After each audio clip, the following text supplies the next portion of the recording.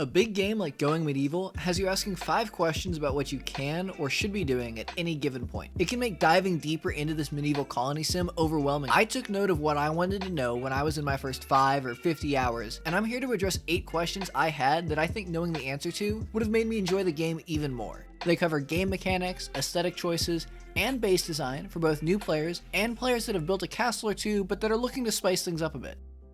Stability is the foundation for building vertically, and is single-handedly 80% of why this game isn't Minecraft if you round up a little. Stability starts at 4 for all dirt, stone, and other natural blocks on the ground. You can't check this value on the blocks directly, only by selecting a man-made wall. If you build a wall or floor atop something with a stability of 4, it inherits that number. If you hang something off of the edge or to the side so that it is not directly supported below it, that number goes down by 1 for every space away from the nearest support structure. The game won't let you build anything with a stability of 0, meaning you can only build 3 spaces away from any ground-connected pillar, or that you should leave a gap of 6 spaces if you're going to support it from the other side. If you destroy supports after the fact, anything that now has a stability of 0 will break, and any production facilities atop it will also break. Beams, the first thing you unlock in the research panel, span between 2 walls and inherit the lower stability of them. You can build walls, floors, doors, windows, and roofs on these, meaning that you don't need to build lots of walls for the foundational level or support, although you will still need them for rooms. Stability's updating is a little bit wonky, but in general, you should build support structures first to avoid having to rebuild the majority of it later on when you realize you need a higher stability number.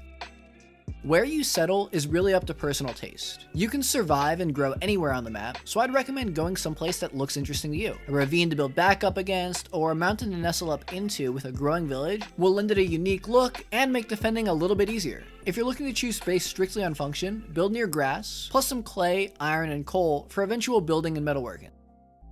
Anyone who's seen screenshots or watched town showcases knows how beautiful this game can be despite its simple aesthetics. A big part of that is the variation that each wall and roof can have. Select the pieces you're trying to edit and play around with these options here. If you want to build more interesting architecture, move away from box buildings with identical roofs, and change up your roofs even within the same structure. This variety really lends a lot of character to each building.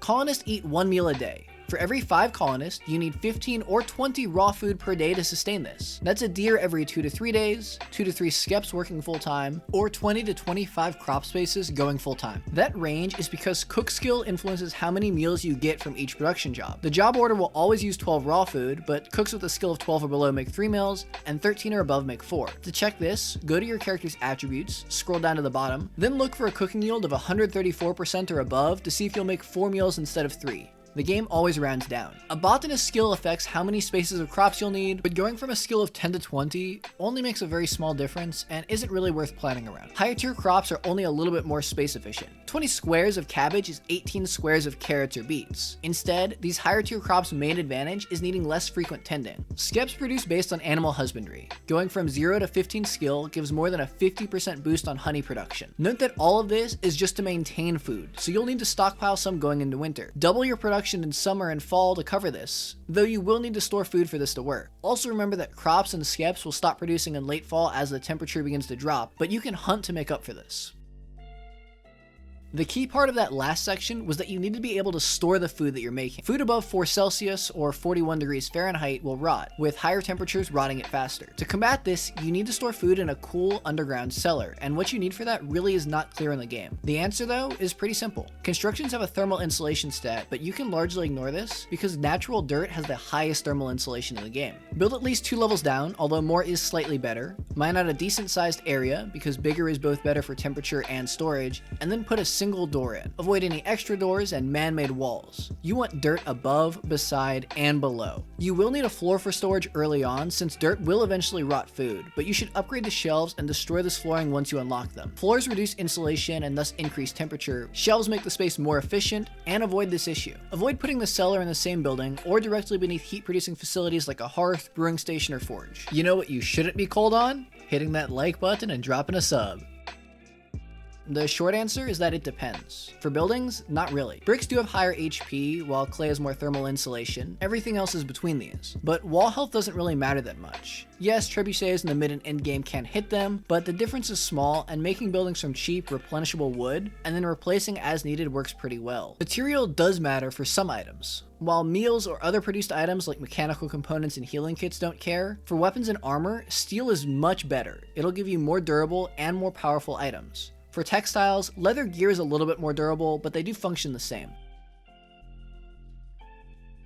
Although the material used doesn't matter for most things, what you actually make makes a huge difference. For melee weapons, longswords are the strongest weapons in the game, but require a smithing skill of 20 to make and a 15 melee skill to use. Two-handed maces are the next best, but these require a 10 in each. Before that, use spears and metal bardiches. These function similarly, but wooden spears are easier to make. You generally want to avoid one-handed weapons, since shields only block archer fire and you can position around that, and you never want to make axes. Archers should be equipped with longbows above marksman skill 10, light crossbows below that skill if you can make them, and short bows as a last resort. Once your carpenter has a very high skill, they can make heavy crossbows, because unlike longbows, these gain a higher DPS with a higher quality of the item. For armor, everyone should be rocking great helms. For the chest slot, plate armor gives more defense, but takes away movement speed compared to mail armor. Both protect you well though, so you should prioritize mail if you're running around a lot, and plate armor if you're not. The low tier leather and cloth armor don't offer much protection and take a lot of resources.